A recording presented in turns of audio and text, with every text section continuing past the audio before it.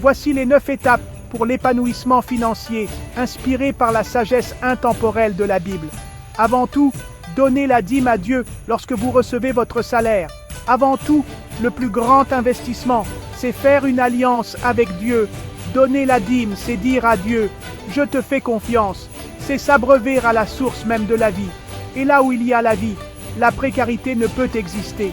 Vous rêvez de devenir riche, mais votre salaire fond comme neige au soleil. Je vous comprends. J'ai été exactement là où la plupart des gens sont. Mais aujourd'hui, on va changer ça en vous montrant le chemin. Le chemin vers une vie d'abondance. Une vie où l'argent travaille pour vous, et non l'inverse.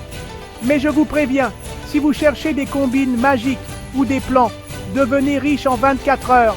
Passez votre chemin. Ici, on parle de stratégies réelles, testées et approuvées, ancrées dans les enseignements intemporels de la Bible. Imaginez-vous dans quelques mois, regardant votre compte en banque avec un sourire satisfait, sachant exactement où va chaque euro de votre salaire et le voyant se multiplier. C'est possible, et je vais vous montrer comment. Restez jusqu'à la fin, parce que chaque étape s'appuie sur la précédente, et la dernière, elle va vous faire voir l'argent différemment, je vous le garantis. Laissez un petit « j'aime » pour cette vidéo. C'est parti. La première étape, la plus cruciale, c'est d'apprendre à vous payer vous-même en premier. Donne et il te sera donné. Luc 6, 38. Dès que votre salaire arrive, prélevez immédiatement 10%. Pas dans 3 jours, pas après avoir vérifié les soldes, pas après avoir acheté ce petit truc qui vous fait envie. Immédiatement. Ces 10%, c'est votre ticket pour la liberté financière. C'est votre investissement dans votre futur, dans vos rêves, dans la vie que vous méritez. N'attendez pas d'avoir assez d'argent pour commencer à épargner. Commencez à épargner et vous aurez assez d'argent.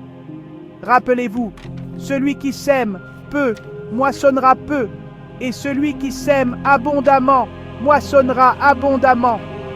2 Corinthiens 9, 6. En vous payant vous-même en premier, vous semez les graines de votre propre abondance. Vous allez me dire que c'est difficile, que vous n'avez pas les moyens. Mais je vous le dis, c'est une question de priorité. Si vous ne prenez pas soin de vos finances, qui le fera? Prenez le contrôle de votre argent dès aujourd'hui et commencez à construire votre avenir financier, brique par brique. Maintenant que vous avez mis en place votre épargne automatique, attaquons-nous à ces chaînes qui vous retiennent, les dettes. Le riche domine sur les pauvres, et celui qui emprunte est l'esclave de celui qui prête. Proverbe 22, 7. Après avoir mis vos 10% d'épargne de côté, attaquez vos dettes comme un guerrier, en commençant par celles qui ont les taux d'intérêt les plus élevés. Chaque dette remboursée est un niveau passé, une victoire qui vous rapproche de la liberté financière. Imaginez le poids qui se soulèvera de vos épaules à chaque paiement effectué. Plus de stress, plus d'appels téléphoniques de créanciers, plus de culpabilité.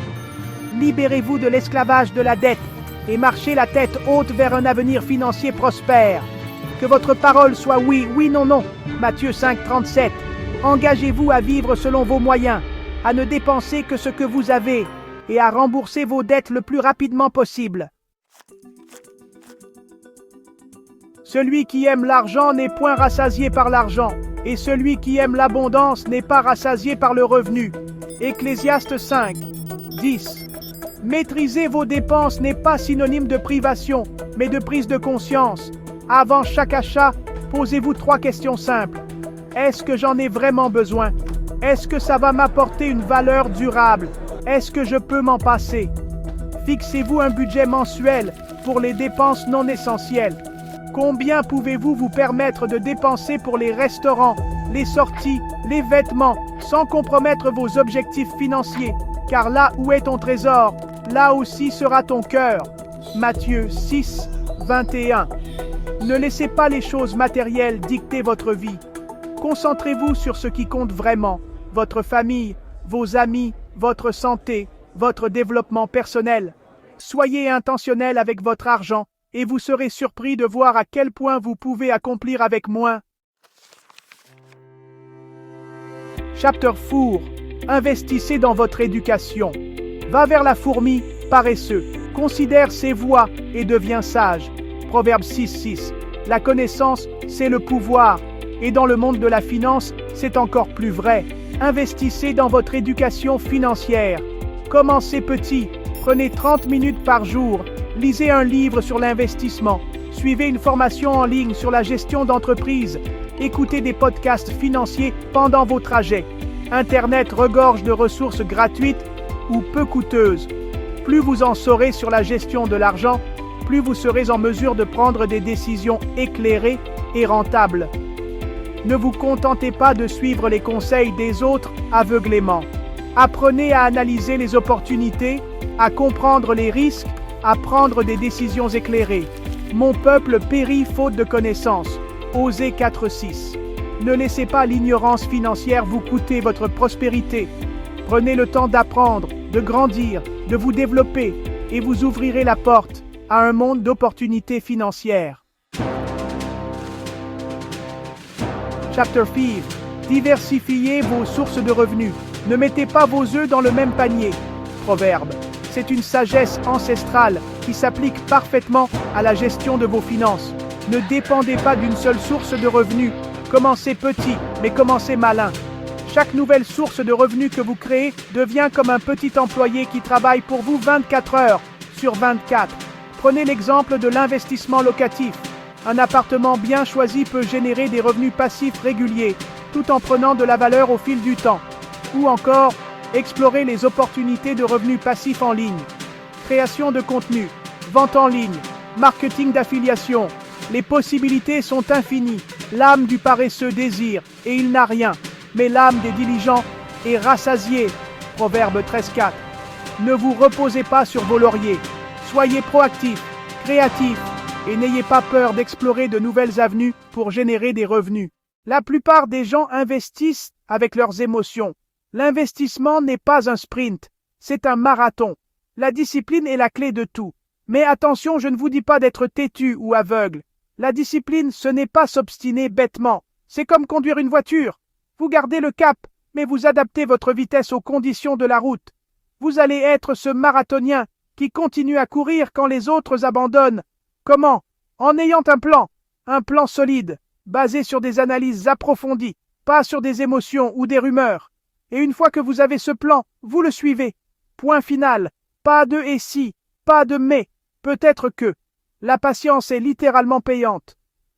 La vraie question est, êtes-vous assez discipliné? Êtes-vous prêt à être ce roc au milieu de la tempête? Êtes-vous prêt à être l'exception plutôt que la règle? Et aujourd'hui, on va parler d'un aspect qui pourrait sembler contradictoire.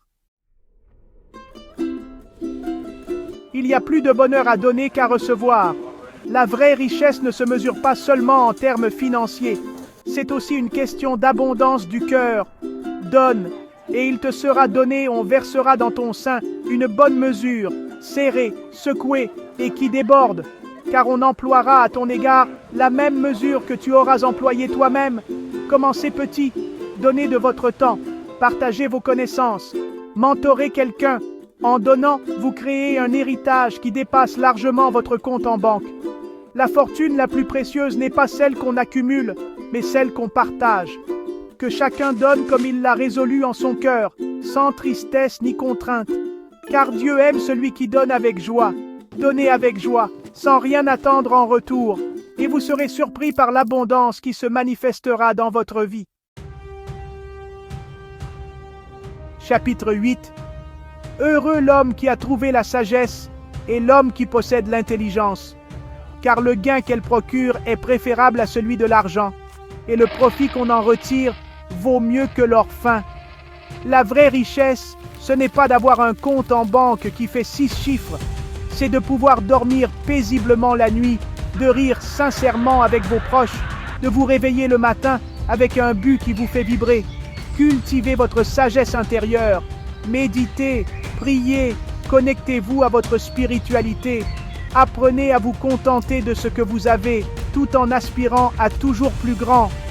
Garde-toi aussi de toute cupidité, car quelle que soit l'abondance d'un homme, sa vie ne dépend point de ses biens. La vie est un cadeau précieux. Ne la gaspillez pas à courir après l'argent. Trouvez votre but. Vivez avec passion et l'abondance financière suivra naturellement. J'espère sincèrement que ces 9 étapes vous guideront vers une vie d'abondance et de prospérité, guidée par les principes intemporels de la Bible. Si cette vidéo vous a inspiré, abonnez-vous à notre chaîne afin d'être notifié pour des nouvelles vidéos. Votre soutien est précieux pour nous permettre de continuer à partager ces messages inspirants avec le plus grand nombre. Likez également cette vidéo pour nous encourager à en produire davantage. Que la paix et la prospérité soient avec vous.